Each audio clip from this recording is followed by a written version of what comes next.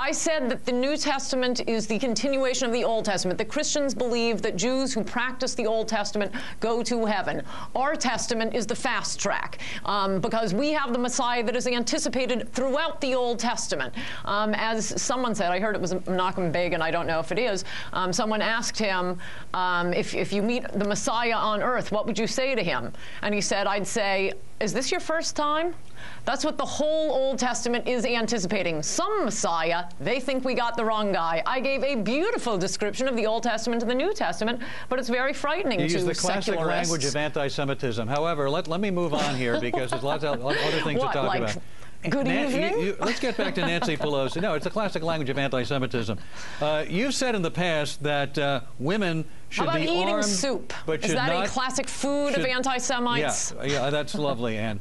I'm going to move on in spite of yourself and maybe save you from saying something else that's ridiculous.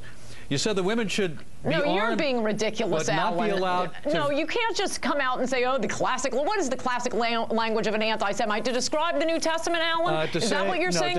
Are you saying that to be a Christian is anti-Semitic? No, absolutely not. Because I think that's a little offensive. If we're going to play who's offended here, I think I'm offended by that, Alan. So maybe now that so good, I'm glad you know what it feels like to be offended. What's the classic language of anti-Semitism? I'm glad you know what it feels like. What are you saying? To say that... What are you saying? Your religion is somehow superior, that you have to be perfected in order to be of the right religion, that somehow those who do not believe what you believe are somehow lesser than you?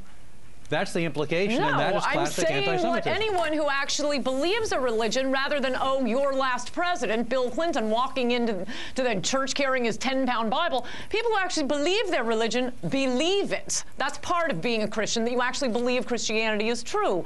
I think anyone who actually believes a religion, rather than faking it for the voters and then getting, you know, which testament the book of Job is in wrong, would have to say that. This is the same old fight we see all the time with the irreligious trying to stir up trouble with the religious.